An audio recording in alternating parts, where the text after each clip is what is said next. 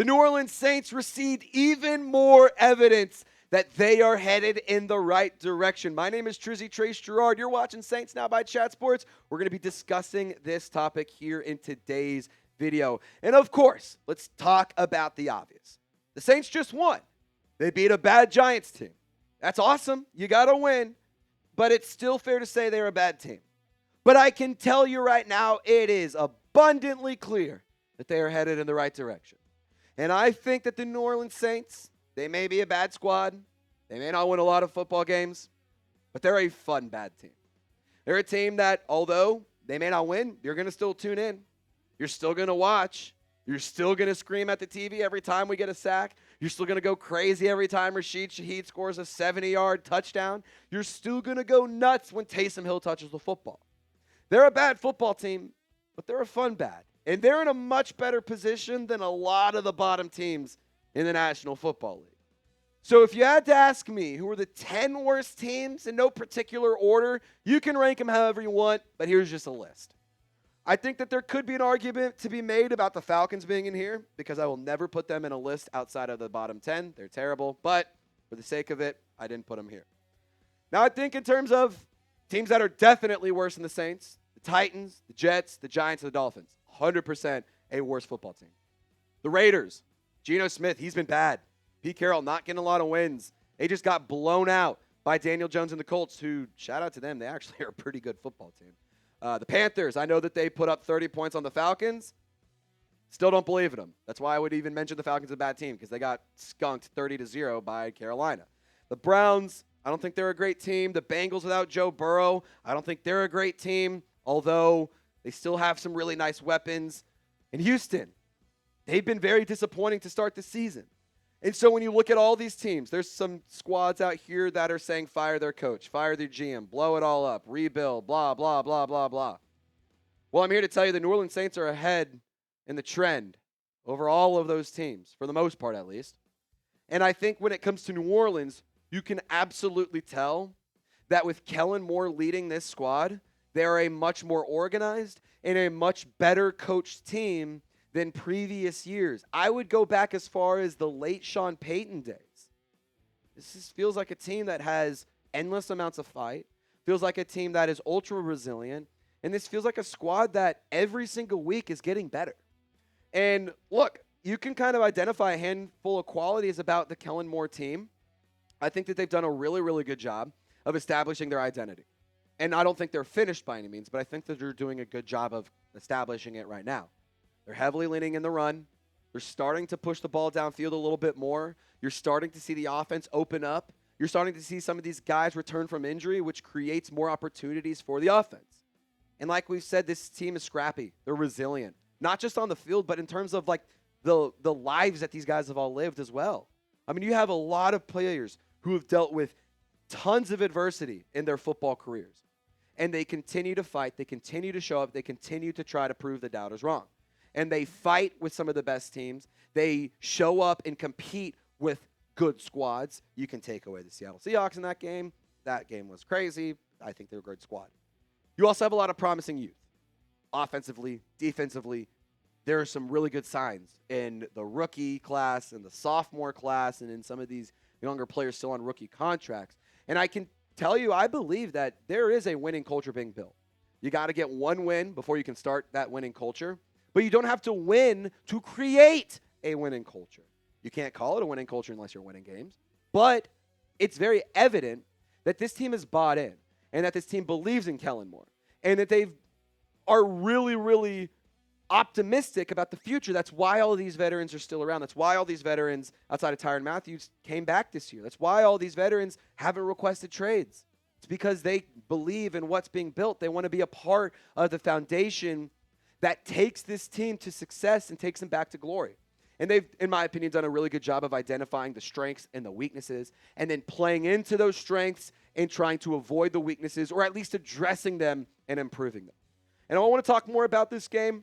It feels like this team is very reminiscent about the 2021 Lions. I've said this so many times before. But I want to ask a question. Are you a believer in Kellen Moore? Has he won you over? Type yes or type Y for yes or type in for not yet.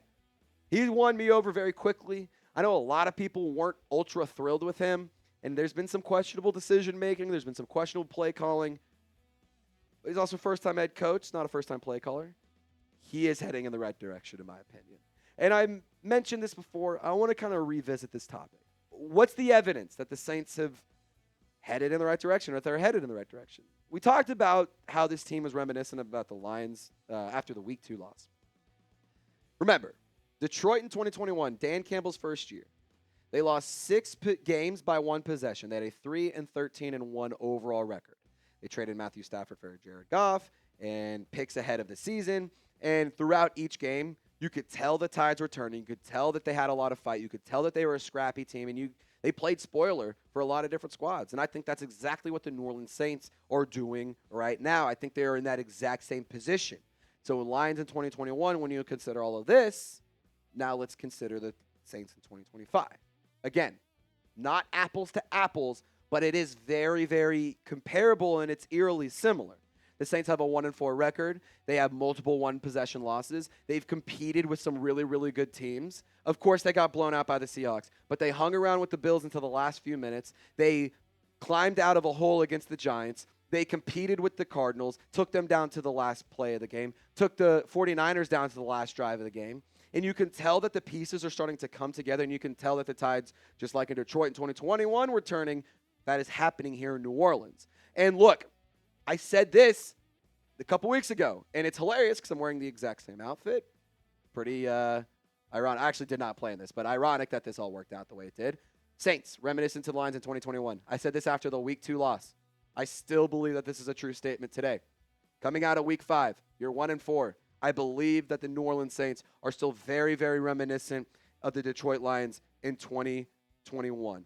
And I'm going to tell you why I believe that here in just one moment. We're going to look at some statistics. We're going to look at some more information. We're going to talk about some of the players that are helping this team get back on top. But first things first, got to tell you guys about today's presenting sponsor, and that is Prize Picks, my favorite daily fantasy sports app. I absolutely love Prize Picks, and I play Prize Picks anytime I'm watching sports.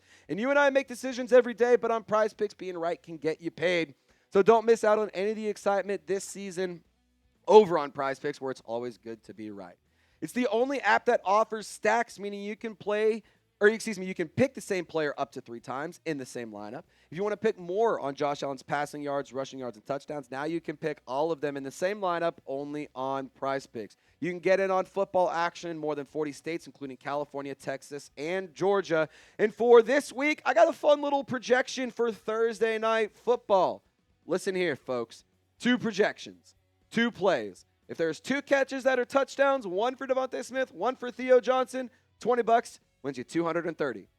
Theo Johnson has quickly become a favorite target of Jackson Darts. Devontae Smith needs to start playing better football for the Giants, and we all know that they gave up a lot of passing yards to Spencer Rattler, and in my opinion, not as good of a receiving core as the Eagles. So I think it's pretty fair to say Devontae Smith and Theo Johnson will find the end zone at least once. I think it's fair to say that $20 is going to turn into $230 in cash for your boy. So if you guys want to fade these picks, you want to tail these picks, don't care what you do, just make sure you do it over on Prize Picks. They put their users first, so all withdrawals are fast and secure. Prize Picks offers Venmo, Apple Pay, MasterCard, and more for quick and easy deposits into your account this football season. Join millions of users and sign up for America's #1 fantasy sports app. That is Prize Picks. Click the link in the comments section or description of this video and download the Prize Picks app today and use code CLNS to get $50 in lineups after you play your first $5 lineup. That's code CLNS to get $50 in lineups after you play your first $5 lineup. All that information is in the comments and description of this video, like I mentioned. Shout out to Prize Picks, where it's good to be right. All right, I kind of want to just revisit and re-discuss this statement of the Lions in 2021 are reminiscent, or the Saints in 2025 are reminiscent of the Lions of 2021. I think it's a factual statement. And for what it's worth, every time I say this and every time I look at the numbers, I'm like, oh my God, it is so true. Now let's look at the offenses here. In 2021, the Lions offense, 322.6 yards. That was 22nd in the league. The Saints are 24th in the league, not too far behind. Points per game, just 2 places behind. Yards per play, not as good, but I think that will get better as the season progresses. The third down percentage, very close. Saints are actually better.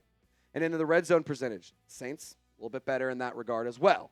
And so offensively, you see both of these squads very, very similar. Of course, it also helps when you have a Jared Goff around, and the Saints don't have a Jared Goff around. But all in all, I do think that right now, the offenses are still very similar. Now let's flip the script and go to the defensive side of the football.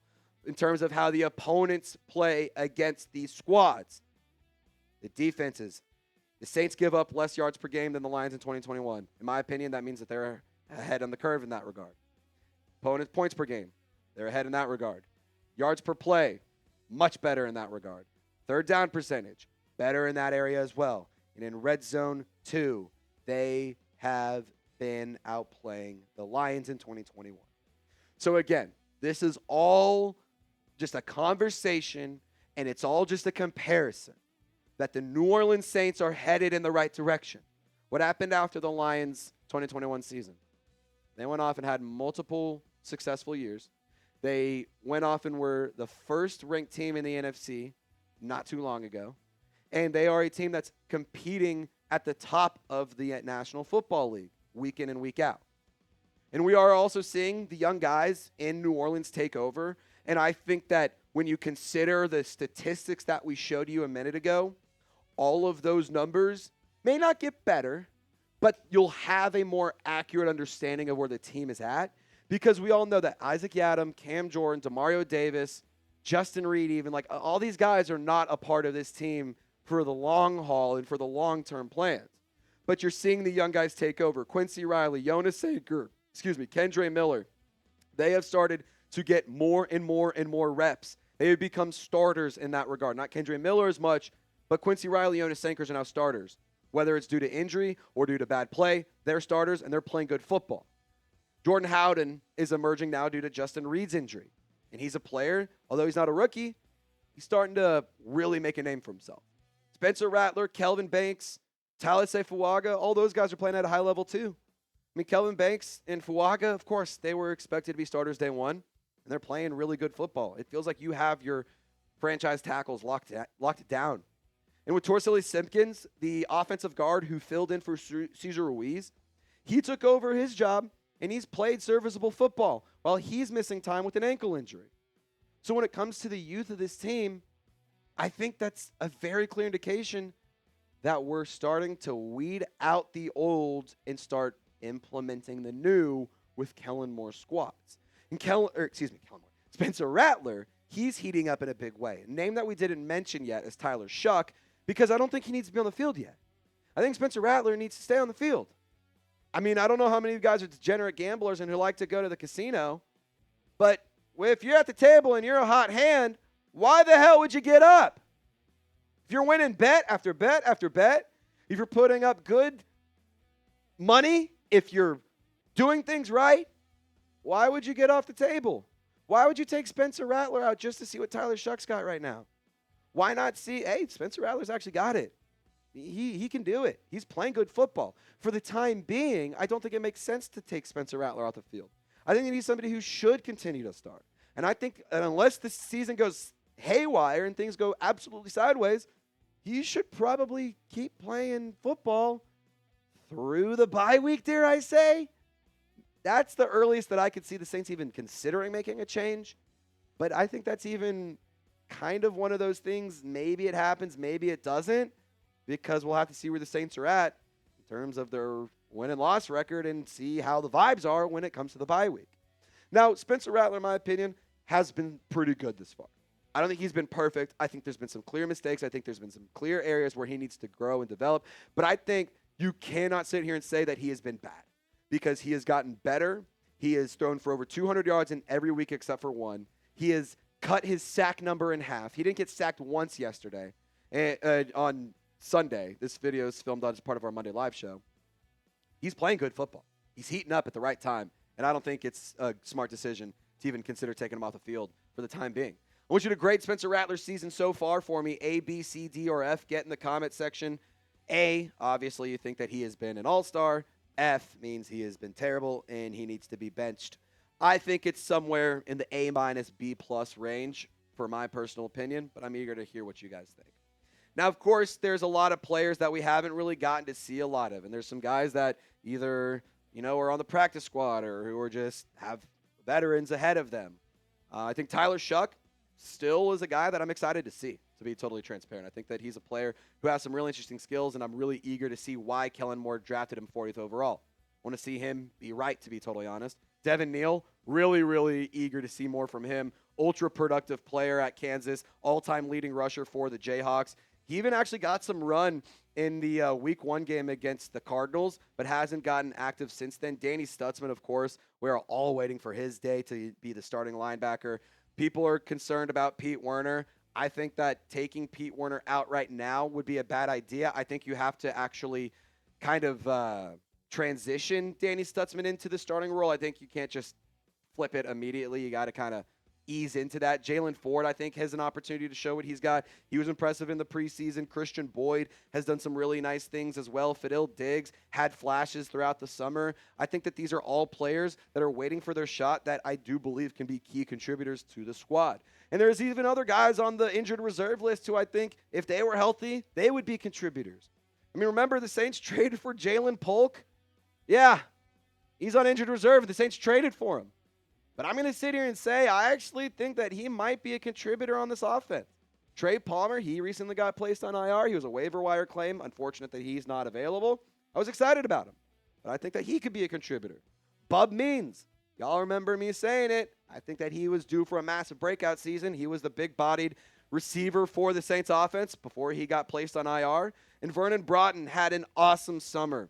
A little bit of an underwhelming draft pick at the time, but he has really, really shined when given opportunities. And so when all four of these guys are available, I think that they will provide some more juice to this team.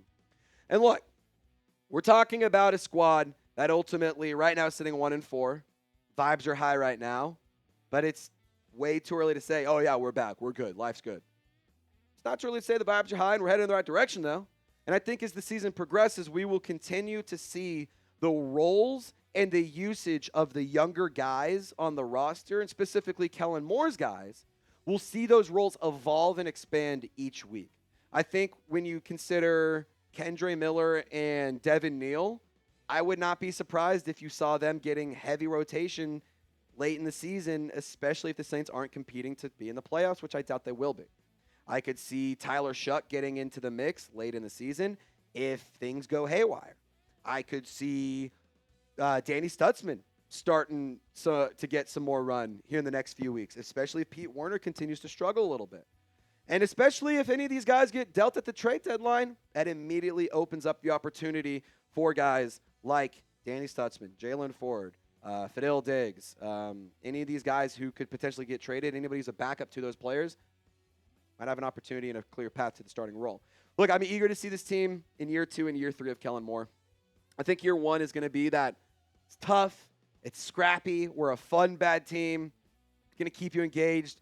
You're going to have reason for optimism some weeks. You're going to be really pissed off other weeks.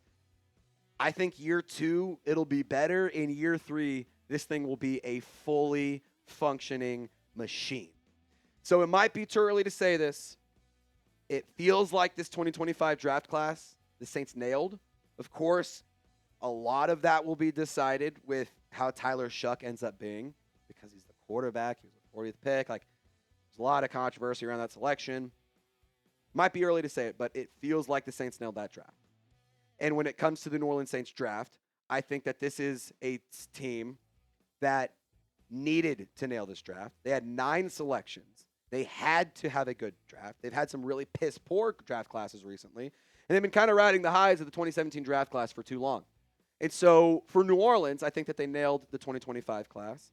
But I think that they must draft well again in 2026, especially if you only walk in with 5 picks, which is what you currently have. You have to hit home runs, especially in those first 3 selections. You can't keep whiffing on your second-round picks. How many times are we going to do that? Let's go get proven players. Let's go get guys who can contribute. Let's go get guys who will be bought in and who will win immediately and who can help us get back on top of the NFL world. I think that the NFL is due for some some pretty big things from the New Orleans Saints, and I think the future is absolutely bright for the black and gold. And if you agree with me, hit the thumbs up icon and drop a like on this video. My name's Trace Girouard. I just gave you my take on why I think the Saints just got more evidence that they're headed in the right direction. And I hope you enjoyed my 20-minute breakdown about why I believe that. You've been watching Saints Now by Chat Sports. Don't forget to subscribe to the channel. Y'all stay golden, and we will see you next time.